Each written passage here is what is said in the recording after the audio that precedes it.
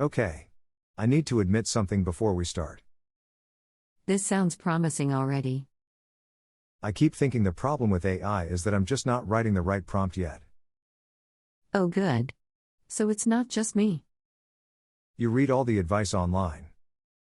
Write more detailed prompts. Add more context. Structure it better. And then you try it. And somehow you're right back where you started.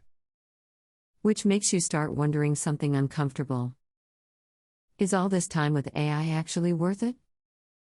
Because everyone keeps talking about huge productivity gains. But a lot of people still feel stuck. Welcome to the series for creative professionals navigating AI and the future of their work. We call it Unleash Your Creative AI Engine. And now episode 2. The Vending Machine Trap. In the previous episode, we introduced the directing loop. The idea that working with AI is an interaction cycle. Fragment. Expansion. Evaluation. Redirection. But even after you understand that model, something strange still happens. The strange part is, the advice people follow isn't completely wrong. Right. Writing clearly does help. Adding context helps too. But those improvements assume a very particular model of what the system is doing. A model almost everyone adopts without noticing. It's the idea that AI works a little like a machine you feed instructions into.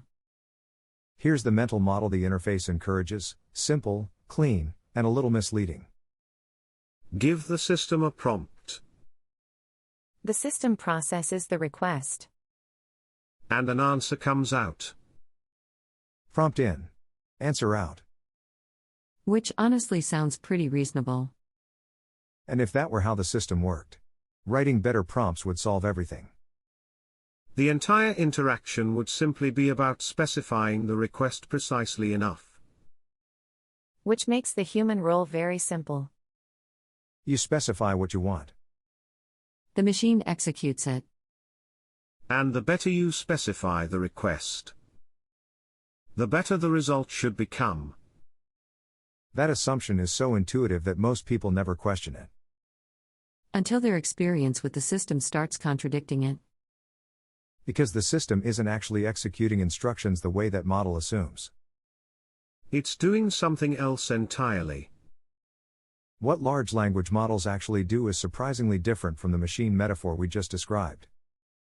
The system is not executing instructions. It is predicting what text should plausibly come next. So the system isn't following a set of instructions? It's interpreting signals and inferring what kind of response might be appropriate. Which means the prompt is not a command. It is a signal the system uses to infer intent. Which explains something that frustrates people early on. You can write a very precise prompt and still receive an answer that goes in a slightly different direction. Which makes people assume they just didn't write the prompt well enough. And so they try to specify the request more tightly. But the system isn't failing to execute instructions. It's making a prediction about what kind of response fits the interaction. Which means the interaction is less like issuing commands and more like guiding a system toward a direction. The system is constantly interpreting the interaction as it unfolds. So every response is partly shaped by what just happened in the conversation. The system is reasoning about the interaction, not simply executing a request.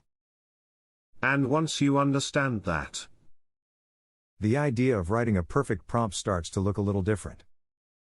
Because the system isn't waiting for the perfect instruction.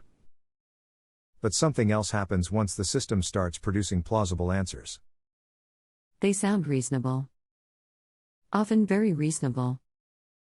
Which activates a well-known cognitive pattern called automation bias. Researchers observed this decades ago in clinical decision systems. When a machine produces a confident answer, people quietly defer to it. Even when their own judgment might have caught the problem. In AI collaboration, this becomes something we call the deference trap. The output looks good enough. So you move forward without really examining it? And if the direction turns out slightly wrong? Now here's what happens when that model meets real-world work. Most users return to the prompt and try to correct it. They rewrite the prompt, run the system again, and receive another plausible response. If it isn't quite right, the prompt gets rewritten again. Which creates a loop that feels productive, but actually keeps the practitioner at the same level of interaction. The user becomes an operator trying to issue better instructions, instead of someone directing the interaction as it unfolds. This is where the automation myth quietly removes the practitioner's leverage. Because the interaction is being treated like automation instead of collaboration.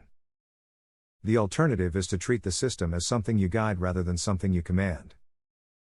Which means the interaction changes completely.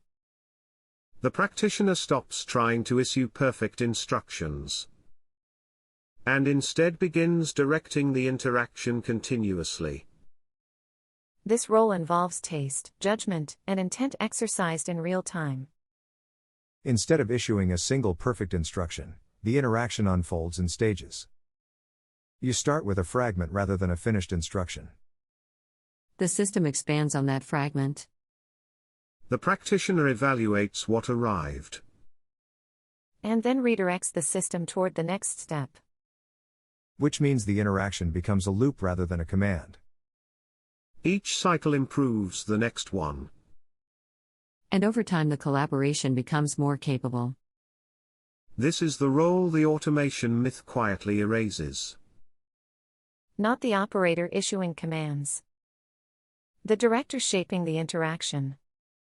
The automation story turns the practitioner into an operator. The directing model turns the tool into an instrument. Which is why the experience of using AI changes once you see the interaction differently. The system didn't suddenly get smarter. The practitioner started interacting with it differently. And once that shift happens, working with AI starts to feel very different.